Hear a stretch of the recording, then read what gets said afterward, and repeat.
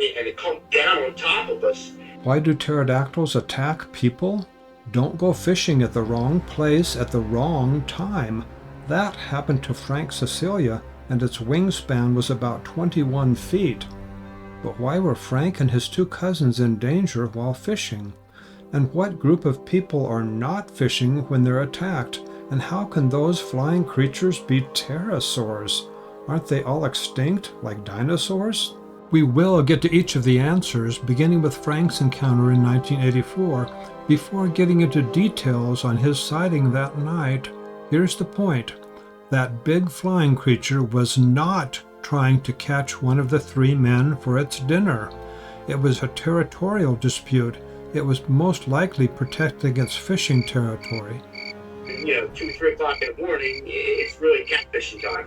So to see our line, we used to get a tire, and we used to light a tire on fire.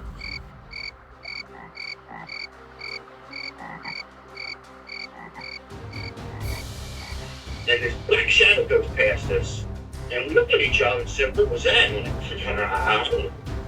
That black shadow comes straight down on top of us, very prehistoric. It was a pterodactyl. I'd say 15 feet, 20 feet. It was just hovering on it. And we started screaming. So we had our fishing rods, 7-foot fishing rods, and we started whacking at it.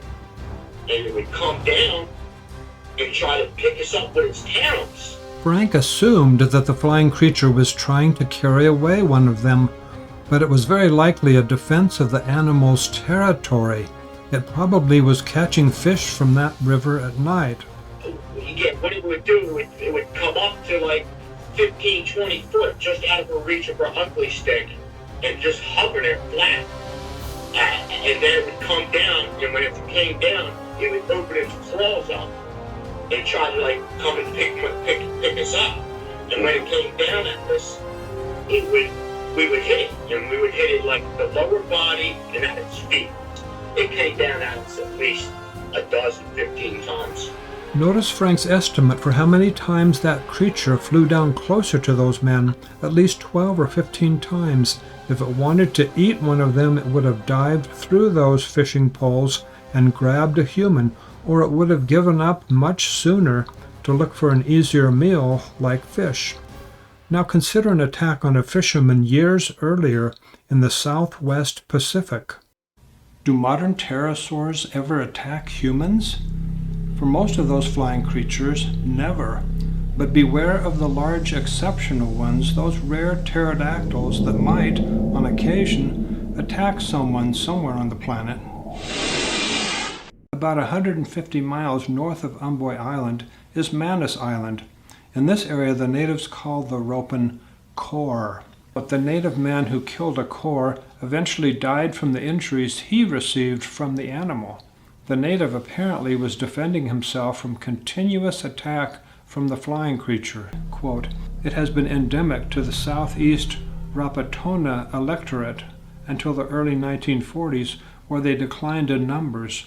It was so bad that fishing at night stopped for years." Unquote. The oldies reckoned the core, as it is called by them, fished by skimming slowly around on the ocean surface. Large ones have been seen to take turtles, dolphin, and even young crocodiles. Unquote. Quote, "This story is from the early 60s, the last death reported by this creature. The native of Delaware Village, Pack Island, went fishing and was attacked. The animal destroyed his canoe and he fought it with a traditional fishing spear. Every time the animal attacked, he dived under, and when the light above him showed the animal, he would lunge up, doing only slight damage. It followed him to shore, where a sea cave runs into a crevice which leads into the middle of the island. Badly wounded and backing into this barret, he wedged the spear into a crevice and took the animal through the mouth with the spear.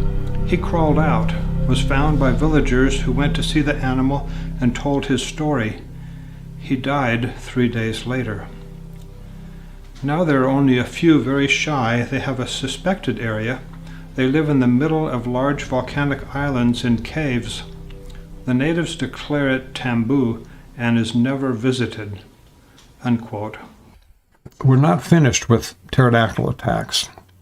And this is not just about some weird flying creature in Georgia in 1995. Let's move 500 miles to the west, 9 miles south of Cordell, Oklahoma, 18 years earlier in 1977. I've talked about about this elsewhere, but we'll go over the basics of what it is. A 4-year-old girl there in that rural area. It was early in the morning after her older brothers and sisters had gone off to school on a school bus. She was walking back to the house, and she was attacked by this horrible, gigantic flying creature. She said it was as long as a Volkswagen Bug, as I recall. Yeah, a Volkswagen Bug, covered with hair or fur or something like that.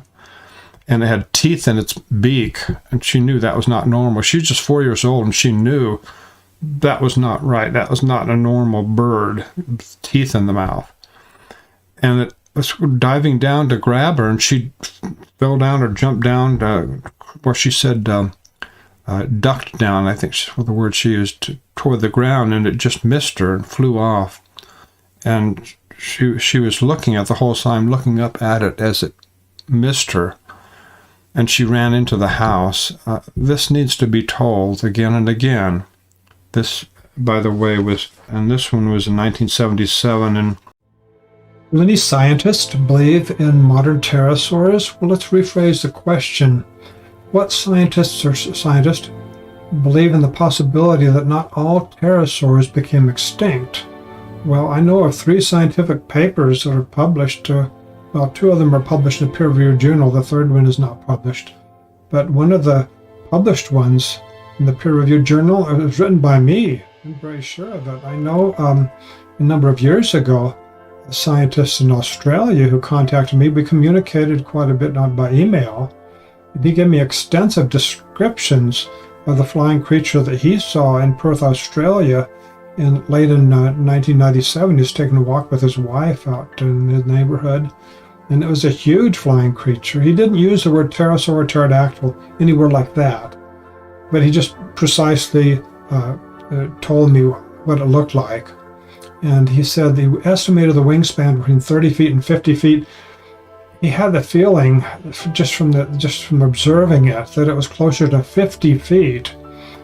But he was shocked. He did not expect that. But in a sense, I would say he is a scientist who believes in modern pterosaurs.